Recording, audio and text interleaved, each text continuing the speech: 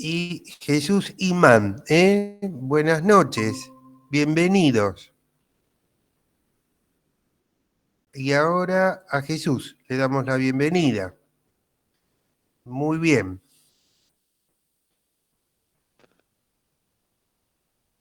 Quiero decir que me gustó mucho el otro día, bueno, el encuentro que tuvimos, tu propuesta, Jesús, de grabar las clases para aquel de pronto que no puede estar, pero igualmente hoy prácticamente son casi todos ya los cursistas. Tenemos 23 de ustedes participando en la reunión. Bueno, entonces ahora minimizo acá y seguimos. Bueno, entonces, ¿recuerdan? Habíamos visto todo esto, diuréticos, yo voy pasando un poquitito.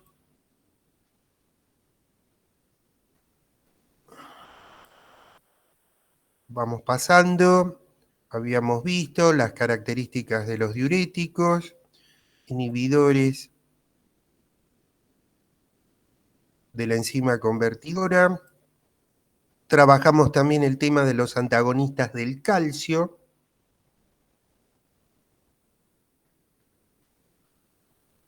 Yo espero poder transmitirle todo con la mayor claridad posible, pero lo que no se llega a entender lo podemos de vuelta volver a trabajar. Y habíamos dejado acá, en los beta bloqueantes. ¿Mm? Bien. Todos alcanzan a ver, si no me dicen nada, yo creo que están viendo bien entonces el power. Sí, profesor. Eh, Bárbaro, bárbaro, muchas gracias.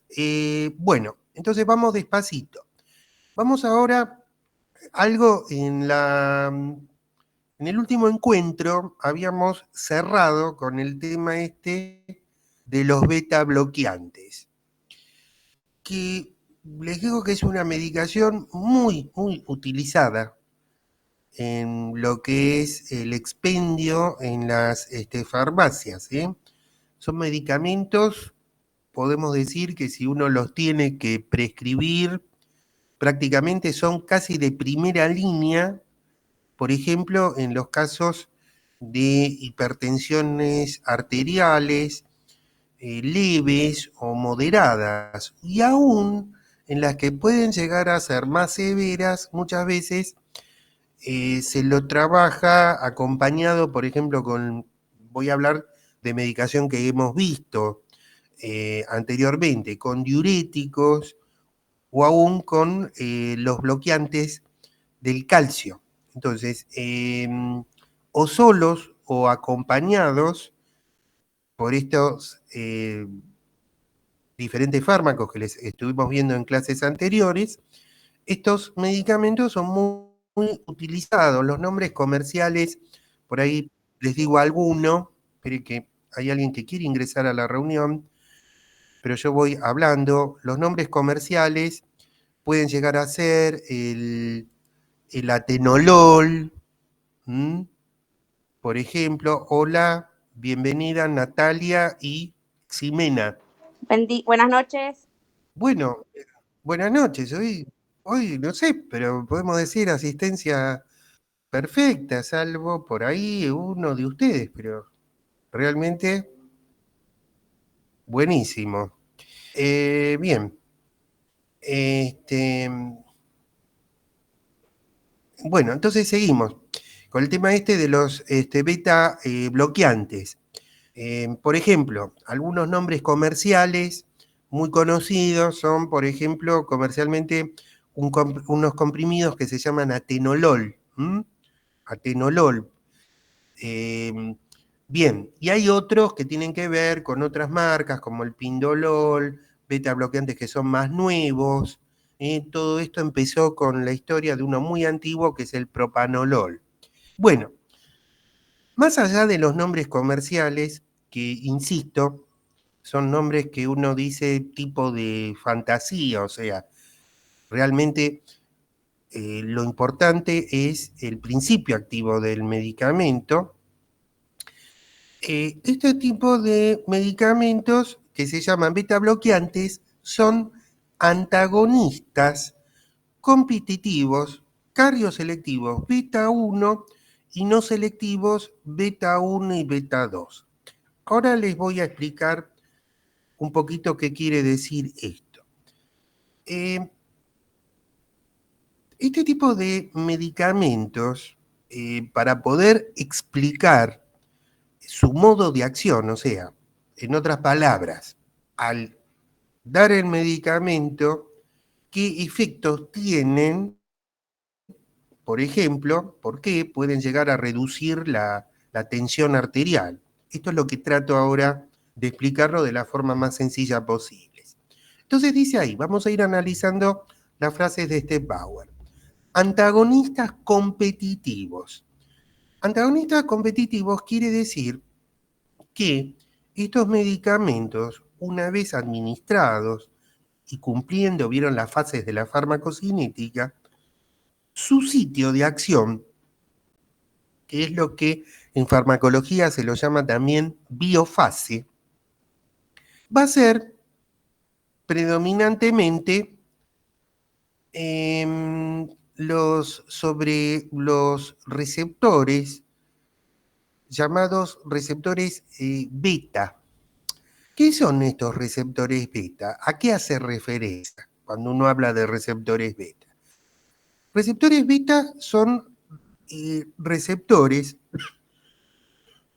que podemos encontrarlos, por ejemplo, en las membranas celulares de las células correspondientes al corazón, que los podemos encontrar también en las membranas celulares de los bronquiolos. Bronquiolos.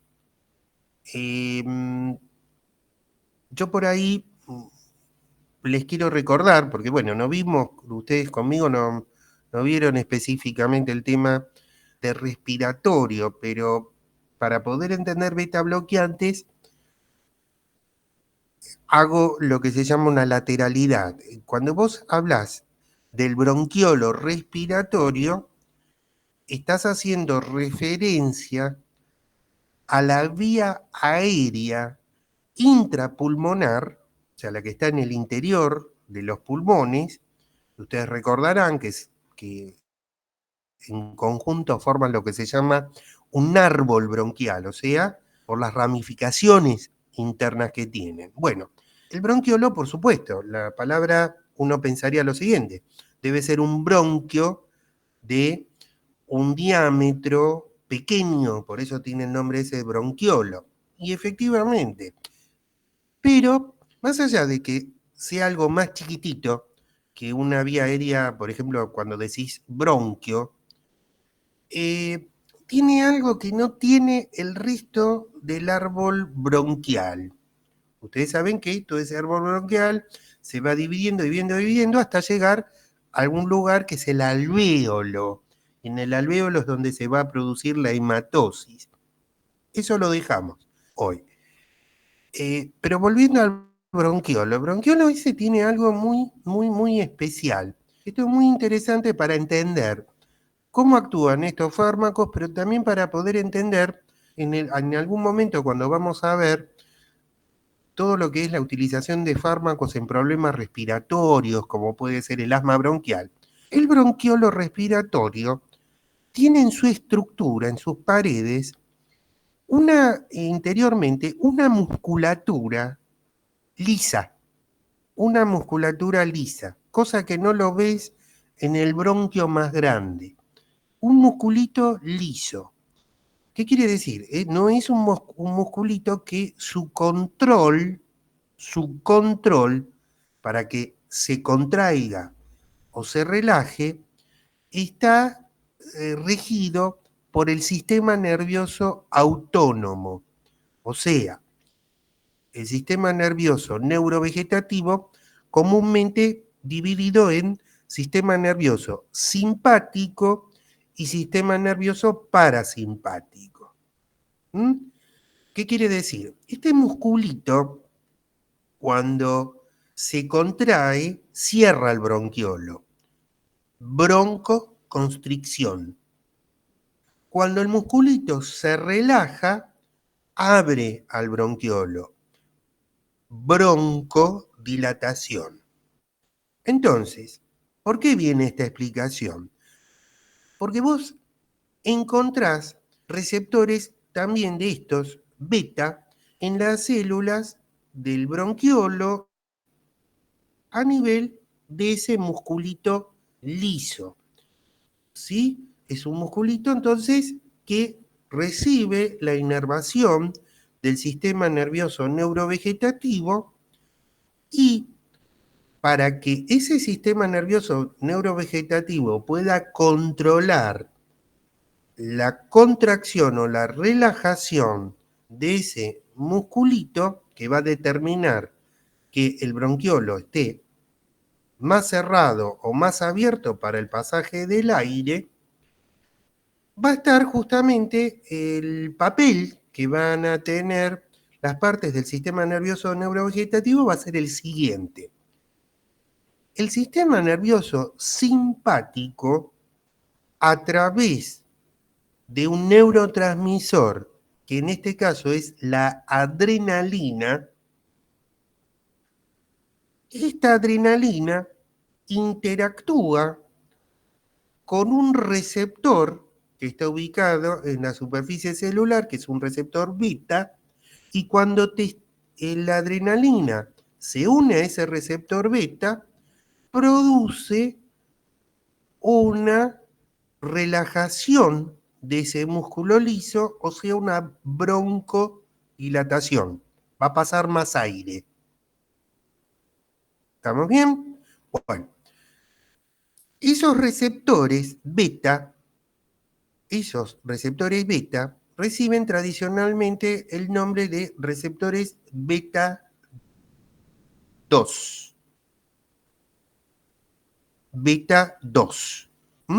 Para distinguirlo de otros que ahora vamos a hablar. Quiere decir, recapitulando, en ese bronquiolo respiratorio, ahora van a ver, porque por ahí a ustedes les causa, a lo mejor puede resultarles un poco raro que yo estoy trabajando una medicación que es más cardiovascular y estoy hablándole de receptores del pulmón, pero ahora van a ver que todo tiene una relación. Entonces, reitero, esa adrenalina en condiciones normales actúa siempre para poder entender la forma en que actúan los remedios, los fármacos. Es muy importante tener en claro la fisiología. Es muy importante, aclara mucho. Entonces, lo que produce, insisto, es una broncodilatación y el receptor que está ahí es un receptor beta 2. Los receptores, por las dudas, igualmente en estas clases también la idea es poder hacer repasos sobre los diferentes temas que estuvimos viendo, pero los receptores en general son moléculas que suelen ser glucoproteínas, o sea, proteínas asociadas a hidratos de carbono.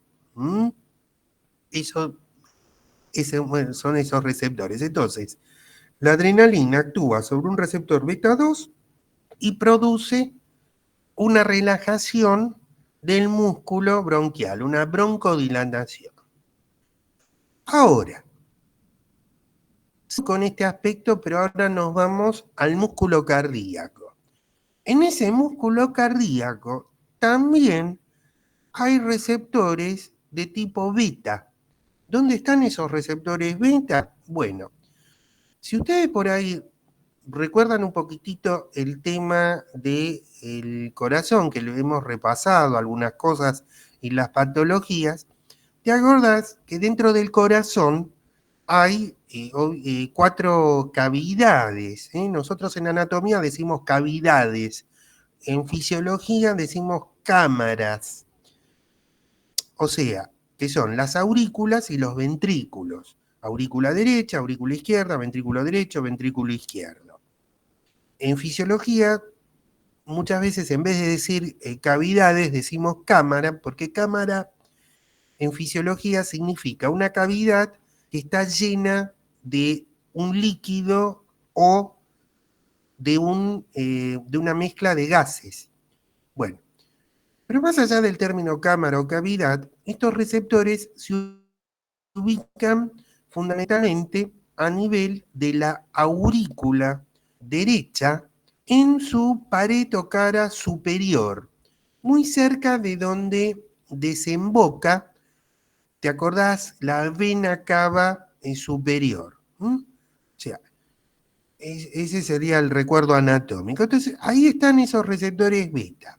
Entonces, la adrenalina, cuando llega la inervación al corazón, que también el corazón, ustedes saben muy bien, lo hemos visto, tiene que tener una inervación por parte del sistema nervioso neurovegetativo. Esperen un minutito que tengo acá alguien que quiere introducirse en la llamada. Un segundito, por favor. Bien. Hola, buenas noches, Ivette. Muy bien. Ahí tenemos a Ivette.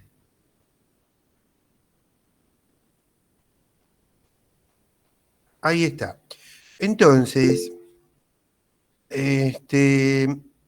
cuando volvemos a esto, entonces, dentro de la parte cardíaca, vamos a tener también estos receptores que van a estar ubicados a nivel de esa aurícula derecha, en la pared superior. Entonces, esos receptores beta que responden también a la adrenalina, como habíamos visto recién a nivel del aparato respiratorio, son también receptores beta, pero que en el corazón se llaman beta 1. Beta 1. ¿Y qué pasa fisiológicamente? Nos olvidamos un minutito del remedio. Fisiológicamente, cuando la adrenalina actúa sobre esos beta 1. Cuando la adrenalina actúa sobre esos beta 1, lo que produce, entre otras cosas, es un aumento de la frecuencia cardíaca. Eso es lo que produce. Así como en el beta 2, en el pulmón y el bronquiolo respiratorio, produce entonces una, digamos, broncodilatación, a nivel la adrenalina estimulando a esos receptores, también beta, pero que acá se llaman beta 1 por estar en el corazón, lo que va a producir es un aumento de la frecuencia cardíaca, aumento también, por ejemplo, de la fuerza de contracción cardíaca. ¿Está?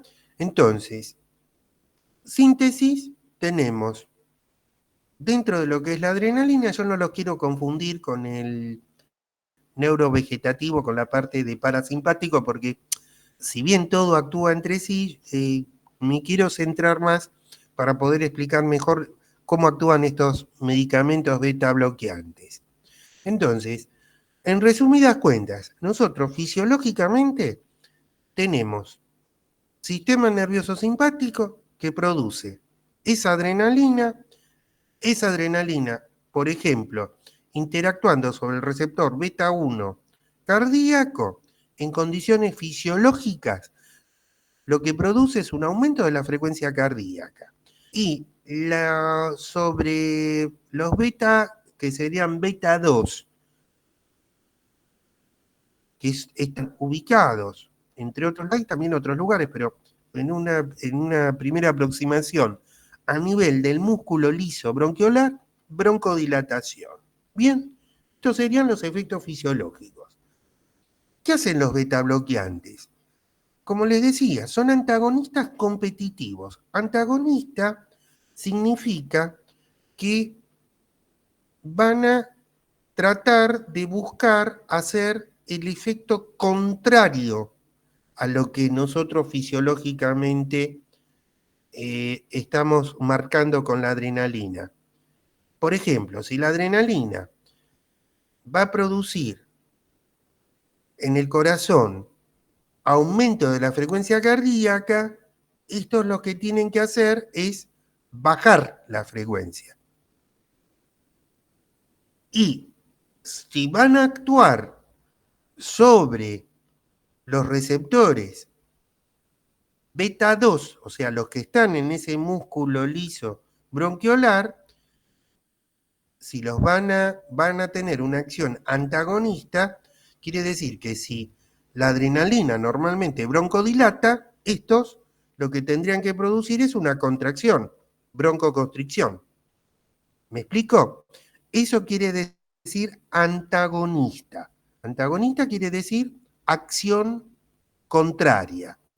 Esto lo estudia una rama de la farmacología que es la farmacodinamia. Bueno, ¿por qué dice la palabra competitivos? Porque hay diferentes formas en que un antagonista puede actuar. Para no marearnos y hacer las cosas lo más sencillamente posibles, en este caso son competitivos. Competitivos significa que ellos, cuando uno da un medicamento, suponete das el atenolol, ese atenolol va a ser absorbido, se va a distribuir por la sangre y va a llegar, suponete, al músculo cardíaco. Entonces, cuando llega, perdón, va a entrar en competencia con la adrenalina. ¿Qué es la competencia? La competencia va a ser, para hacerlos, se los digo en forma didáctica, va a ver como si fuera que vos querés hacer una competencia, y en este caso va a haber como una especie de lucha de quién se va a unir con el receptor. O sea, vos tenés adrenalina por un lado, por el otro lado diste atenolol, por ejemplo, como un ejemplo de beta bloqueante, y cuando este llegó al músculo cardíaco, va a empezar a competir por los lugares que tiene el receptor. Espero haberme podido explicar. Eso quiere decir antagonista y quiere decir competitivo. Porque vos adrenalina siempre vas a producir. Ahora, si cuando la adrenalina que producís quiere unirse a un receptor beta 1 y llega y encuentra al receptor tapado por el beta bloqueante, no se puede unir. Eso es competitivo. Y al no poderse unir, ¿qué va a pasar? Al no poderse unir, la adrenalina no va a poder hacer su acción y efecto sobre la célula. Quiere decir que si la adrenalina a nivel del músculo cardíaco te aumentaba la frecuencia cardíaca, si la bloqueaste, bueno, no va a poder aumentar la frecuencia cardíaca y la frecuencia cardíaca va a tener que bajar. Después ve taquicardia, bradicardia. ¿Se entiende? Ahora, ¿cuál es el tema? Acá hay un tema que también es importante. Yo puedo dar un beta bloqueante y especialmente los beta bloqueantes que fueron de la primera generación. Por ejemplo, el propanolol.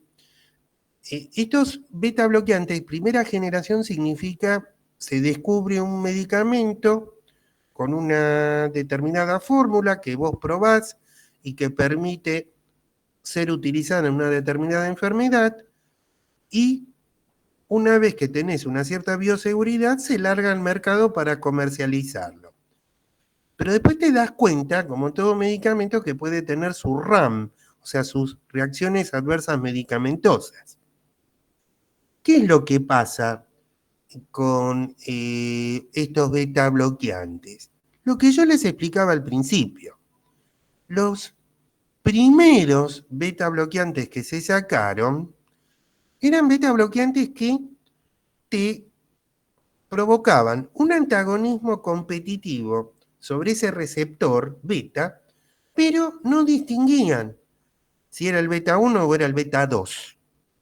¿Qué quiere decir esto? También podían unirse al receptor beta 2, que era el receptor que lo teníamos en el músculo liso del bronquiolo. Bueno, entonces si se unen a ese receptor del músculo liso del bronquiolo, también competitivamente te lo pueden pueden inhibir a la adrenalina que está ahí.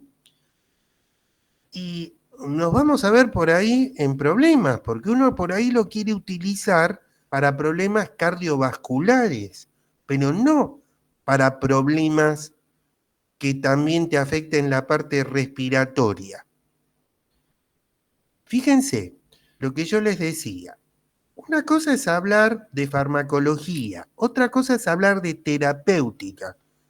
Yo no me canso de reiterar esto, porque la terapéutica es, como se dice, más, es una ciencia y un arte, o sea, es tratar de buscar, en este caso, el fármaco mejor a la medida del paciente. Entonces, traigo una cosa muy frecuente.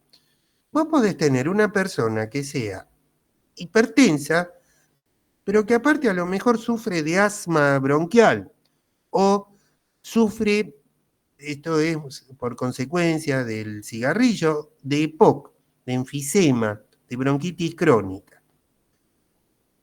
Y tiene hipertensión, pero vos sabés que para la hipertensión que tiene, como es una hipertensión leve, moderada, de pronto con un beta bloqueante se lo podés solucionar. Ahora, ¿qué pasa?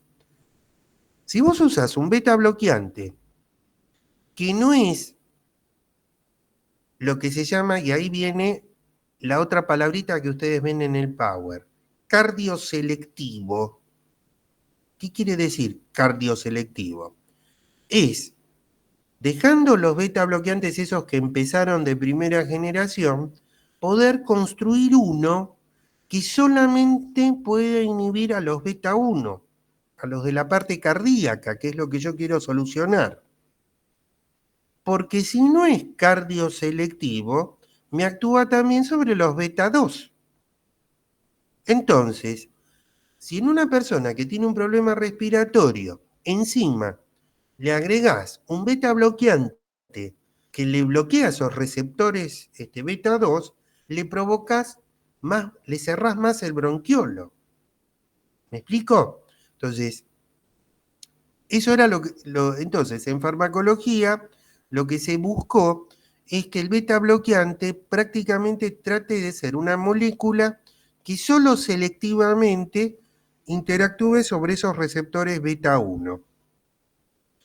Bueno, por supuesto, en la medida que pasan los años, van apareciendo más productos y el atenolol sería, digamos, un cardioselectivo solamente para actuar en beta 1. Pero fíjense que yo dije sería. ¿Qué quiere decir esto de sería? Que nunca podés decir, aunque te lo vendan en el prospecto, aunque te vengan a decir que tal y tal medicamento es una maravilla, se sabe desde el punto de vista farmacológico que aún los beta bloqueantes más nuevos y más modernos, siempre por ahí algún pequeño efecto adverso, o sea, algún efecto sobre los receptores bronquiolares va a tener. Por ahí mucho menos que los primeros, pero nunca, nunca se puede esto bloquear totalmente. Aparte, esa cardioselectividad, insisto, por ahí a lo mejor no pudo esto ser totalmente comprendido, es un tema complejo. Cuando vos decís cardioselectividad, quiere decir que solamente se va a ocupar de estos beta 1.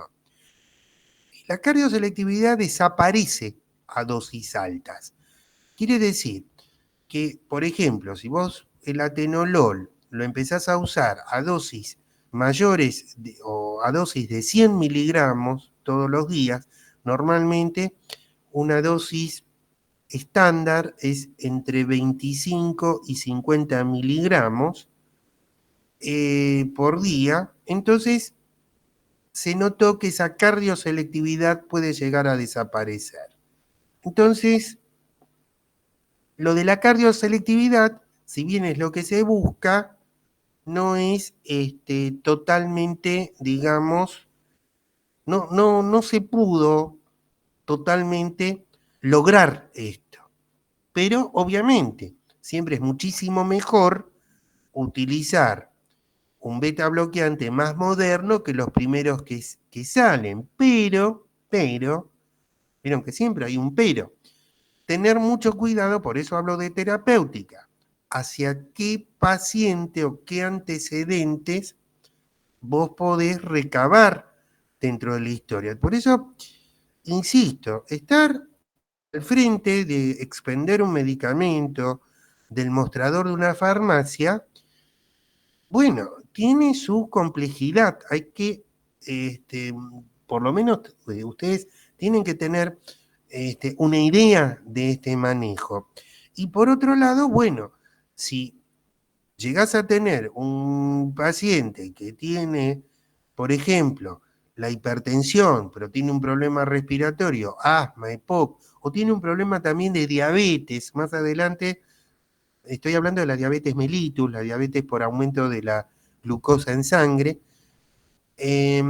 vamos a ver que si tiene hipertensión arterial, a lo mejor, aunque sea leve o moderada, la podemos mejor resolver con un diurético o un vasodilatador, o sea, un bloqueante cálcico, que es el que vimos las clases anteriores. Que utilizar estos, que aunque son muy buenos, nunca desaparece ese riesgo que te bloquee un receptor, que es el bronquiolo, o en el caso de la diabetes, lo vamos a ver más adelante, te bloquee la salida, por ejemplo, o la acción de la insulina. Entonces, hay que tener cuidado en este tipo de utilización de este tipo de medicamentos beta bloqueantes que son muy nobles, justamente lo respiratorio y lo metabólico, por ejemplo, como la diabetes, dentro de las dos cosas que son más frecuentes.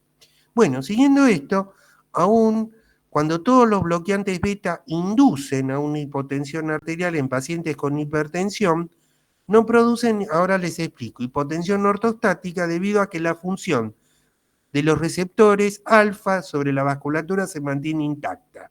Así se lleva a cabo el control simpático normal de la vasculatura. Bueno, esto que por ahí parece bastante complejo, vamos a ir estas frasecitas tratándolas de explicar despacito. ¿Cómo es esto?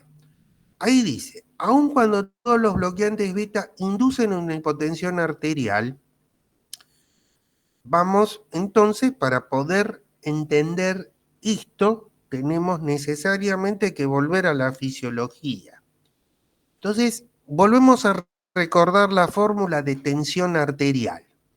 Tensión arterial, acordate que es igual a volumen minuto, que también podés decir, si lo querés decir con mayor propiedad, en el sentido de mayor propiedad es decirlo porque es por ahí más adecuado decir gasto cardíaco, porque gasto cardíaco es el volumen minuto de cada una de las personas, es un volumen minuto individual, porque lo relacionas con la superficie corporal. Pero bueno, gasto cardíaco por resistencia vascular periférica.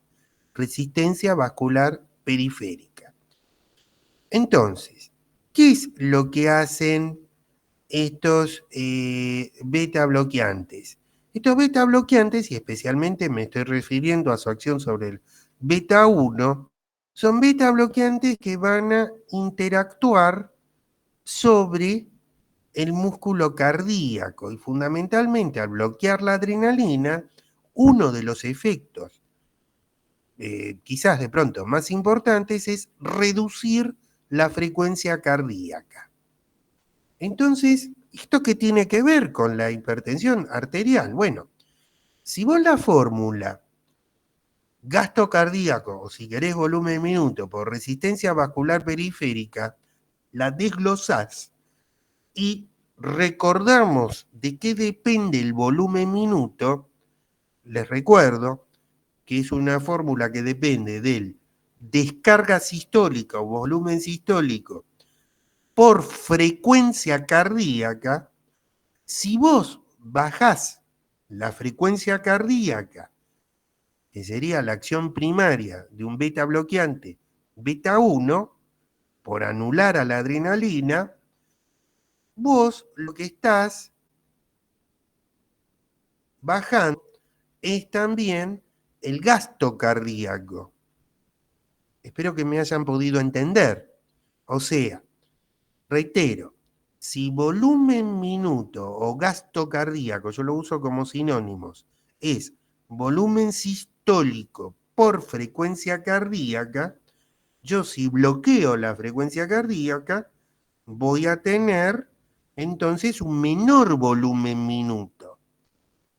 Y si yo esto ahora lo traslado a la fórmula de la tensión arterial, ¿te acordás que tensión arterial es igual a volumen minuto por resistencia vascular periférica?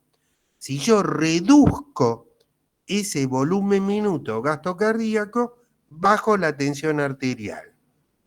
Yo no sé si por ahí ustedes recuerdan que en alguna de las evaluaciones que hicimos, una de las preguntas que les hacía era qué diferencia había dentro de lo que era la fórmula de tensión arterial o gasto cardíaco de la adrenalina con la noradrenalina. Bueno, justamente yo les pensé hacer esas preguntas fisiológicas porque dije, bueno, en el momento que haya que explicar un beta bloqueante o este tipo de medicación, esto se va a poder, por lo menos la intención de poder entenderlo un poquitito mejor. Entonces, vos bajás la tensión arterial, ¿por qué? Porque estás bajando, reduciendo el volumen minuto. Eso es lo que va a producir la hipotensión arterial. Ahora, no producen hipotensión ortostática. ¿Qué es esto de hipotensión ortostática? Es la disminución de la tensión arterial cuando estamos en posición de pie. Cuando estamos en posición de pie. O sea, la tensión arterial sería muy útil no solamente tomarla cuando la persona está sentada, sino también cuando está de pie. Entonces, ¿qué va a pasar acá? No producen Perdón, hipotensión. profesor. Sí. ¿Cómo se llama? ¿Podría repetir Por cómo se favor. llama? Esto último, ¿no? Hipotensión ortostática, que está, ustedes esto lo pueden ver acá en el Power, acá dice que estos medicamentos reducen la tensión arterial, pero no la reducen cuando uno está en posición de pie. O sea, no traen una reducción, digamos, muy severa cuando estamos en posición de pie. O sea, traen una reducción, obviamente, de la tensión arterial, pero no son, para decirlo, tan violentos como otros medicamentos que cuando uno, por ejemplo, se va a parar, al tomar el medicamento, va a sufrir un mareo y se puede caer. Entonces, En esto realidad reduciría la hipertensión levemente. la puede reducir la hipertensión para casos leves y moderados. Pero atención con esto, que es muy importante. ¿Cómo te la reducen? Te la reducen bajando la frecuencia cardíaca y al bajar la frecuencia cardíaca es uno de los parámetros que tienen que ver con el gasto cardíaco. Gasto cardíaco, ustedes se acuerdan, o volumen minuto, es volumen sistólico por frecuencia cardíaca. Quiere decir, si yo bajo la frecuencia cardíaca, bajo el volumen minuto, porque es un producto.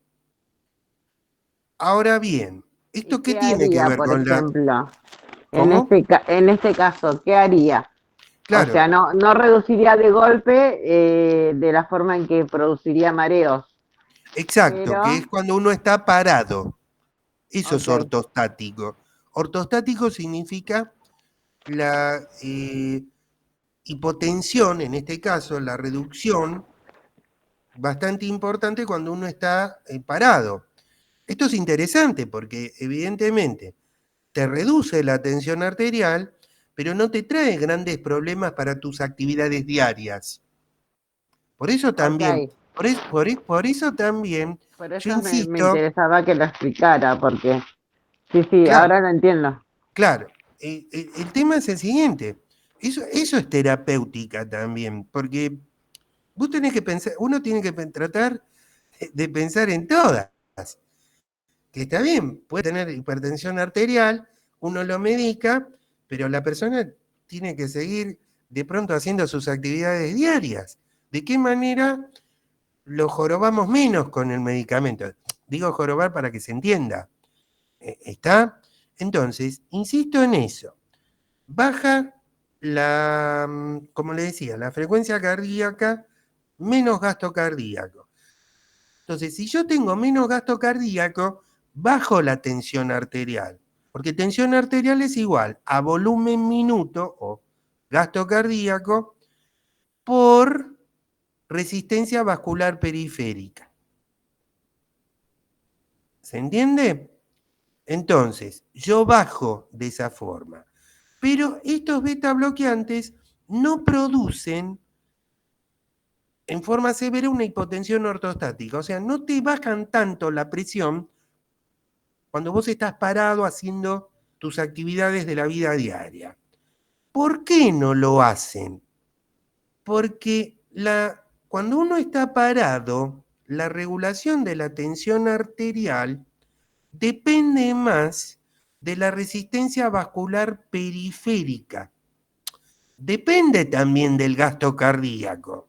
Yo no estoy diciendo que no, pero miran, como yo les digo siempre, predominio de justamente la resistencia vascular periférica. Entonces, la resistencia vascular periférica tiene que ver con la vasoconstricción, la resistencia vascular periférica tiene que ver, voy a sacar un minutito esto, lo minimizo, denme un minutito. La resistencia, saqué el power, por eso no lo ven, porque estoy trabajando un poquitito el concepto. La resistencia vascular periférica, la resistencia vascular periférica depende su regulación del que la arteriola y los capilares estén con sus musculitos, es parecido al bronquiolo, pero acá cambia un poco el término, estén contraídos, vasoconstricción, que te hacen pasar menos sangre, o que estén el musculito relajado, vasodilatación, pasa más sangre. Entonces, estos beta bloqueantes sobre esa resistencia vascular periférica no tienen ningún efecto. ¿Por qué? Porque esa resistencia vascular periférica, para que el musculito este que está formando parte de la arteriola se pueda contraer, depende del sistema nervioso simpático, pero de otro neurotransmisor, que es la noradrenalina, que aunque parece medio parecido, no tienen el mismo accionar. Noradrenalina. ¿Y por qué? Porque todo es un problema finalmente de receptores. En ese musculito periférico que tiene que ver con estos capilares o arteriolas, el receptor no es un receptor llamado beta como lo vimos en corazón o el receptor beta que vimos en el bronquiolo. Es un receptor que se llama alfa. Alfa. Entonces la noradrenalina interactúa sobre otros receptores que son los alfa. Cuando vos tenés mucha noradrenalina, vasoconstricción. Cuando tenés menos o tenés más acetilcolina, vasodilatación. Entonces, ¿qué pasa con este tipo de medicamentos? Con este tipo de medicamentos, nosotros lo que vamos a tener es que los beta bloqueantes no tienen, como pongo acá, esperen un minutito, ahí vamos, como pongo acá, no tienen efecto sobre esos receptores alfa. Al no tener efecto sobre esos receptores alfa, no actúan sobre esa vasculatura quiere decir sobre esos vasos sanguíneos, y por lo tanto la hipotensión esta ortostática, que depende justamente de esto, la tensión arterial que tiene que ver con la estación de pie, no está bloqueada. ¿Me explico? Entonces, fíjense que ahí abajo dice también sistema nervioso simpático, pero no todo el sistema nervioso simpático tiene los mismos neurotransmisores, aunque parezcan parecidos. Entonces, si vamos a esta, la número 43, acá tienen el efecto del atenolol, el atenolol tomado como, digamos, droga característica de este grupo. Lo que produce es síntesis. Un bloqueo, es un compuesto, este atenolol es uno de esta familia de los beta bloqueantes. Entonces, que generalmente se lo expende en comprimidos de 25, 50 y hasta 100 miligramos. El atenolol, el bloqueo beta, adrenérgico, se manifiesta por disminución de la frecuencia cardíaca, tanto en reposo como en ejercicio.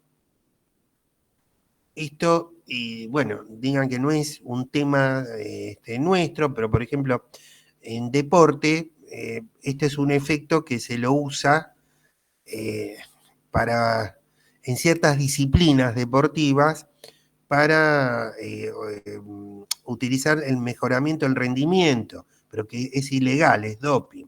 Dejamos eso. Disminuye el volumen minuto. Volumen minuto es lo mismo que yo les estaba diciendo, gasto cardíaco, y disminuye la tensión arterial tanto en reposo como en ejercicio. Esto sería un poquitito la síntesis de lo que produce este atenolol, que es promocionado como un beta 1, nada más. Pero hay efectos adversos. Bueno, ¿cuáles son los efectos adversos? Hay unos cuantos acá. Yo voy a alterar un poquitito acá el orden y voy a empezar por uno. Saco un minutito el power para poderlo más hablar. La bradicardia. Entonces hacemos así. La bradicardia. La bradicardia es la disminución de la frecuencia cardíaca por debajo de las 60 pulsaciones por minuto. Lo normal que uno tendría que esperar en un adulto es entre 70 y 100. La frecuencia cardíaca se la mide en una unidad, nunca se lo dice, uno dice 70, 100, pero en realidad tendría que decir ciclos por minuto, porque cada manifestación de esa frecuencia cardíaca lo que nos está manifestando es un ciclo cardíaco, sístole, diástole, a lo largo de un tiempo que es el minuto. Quiere decir que en condiciones normales, por ejemplo, sería 70 veces que tenés ese ciclo cardíaco en un minuto. Bueno, esta bradicardia, ¿por qué se va a producir? Es una bradicardia que se va a producir justamente por acción de ese beta bloqueante al bloquear justamente a ese receptor, que es el receptor de tipo beta 1. El receptor de tipo beta 1. Ese receptor, entonces, de tipo beta 1... ¿Podría repetir, profesor? Sí, cómo no. Disculpe. No, por favor. Estamos viendo hoy nada más, y con esto, bueno, voy a ir finalizando también la llamada, que es lo que me permite, digamos, la conexión. Pero la última, profe, ¿desde dónde qué es lo que produce? Por Ahí, eso, porque yo llegué ahí a sí, los 70 ciclos por minuto. claro. Hasta ahí llegué. Entonces, ahí voy, Silvia. Uno de sus efectos adversos es las reacciones adversas medicamentosas, bradicardia. Bradicardia significa tener una frecuencia cardíaca inferior a los 60 por minuto. Lo normal sería entre 70 y 100 por minuto. Uno dice, pero si tengo 69, decís una frecuencia cardíaca baja. Bradicardia significa eso. Ahora, ¿por qué se produce? Por el bloqueo de ese receptor beta 1. Bloqueo de ese receptor beta 1. Y esa bradicardia puede llegar a ser tan severa que puede llegar a producir bloqueos en la conducción cardíaca. Bloqueos, que no se pueda producir correctamente esa conducción. Entonces, síntesis. Primer efecto adverso que tenemos que estar bien atentos es el tema de la bradicardia. Bueno, los otros efectos adversos los vamos a ir manejando en una próxima reunión. Yo prefiero ir con esto más, digamos, más bradicárdico, digamos, más lento, pero que se pueda entender porque son temas complejos. Bueno, no sé si hay alguna pregunta, alguna duda No, que pueda llegar a tener. No, profe, por mi parte. No. Bueno, la verdad me alegra mucho su participación. Acá encendí un poquitito la cámara, así los veo, los puedo saludar. No, así no me extrañan tanto. Bueno, de mi parte les agradezco muchísimo, gracias, la participación. Y bueno, nos estaríamos viendo en la próxima clase. Y bueno, yo siempre atento a cualquier tipo de novedad o algo que haya al respecto de la manera de reunirnos. Bueno, yo se los voy a ir avisando. Bueno, que tengan un hermoso fin de semana. Me despido de ustedes y bueno, nos estamos viendo. Chao, Gracias. profe. Gracias, Chao, profe, nos profe. Que vemos. pasen Chau, chicos. Chau. una linda noche. Buen fin Igualmente de... para todos. Buenas.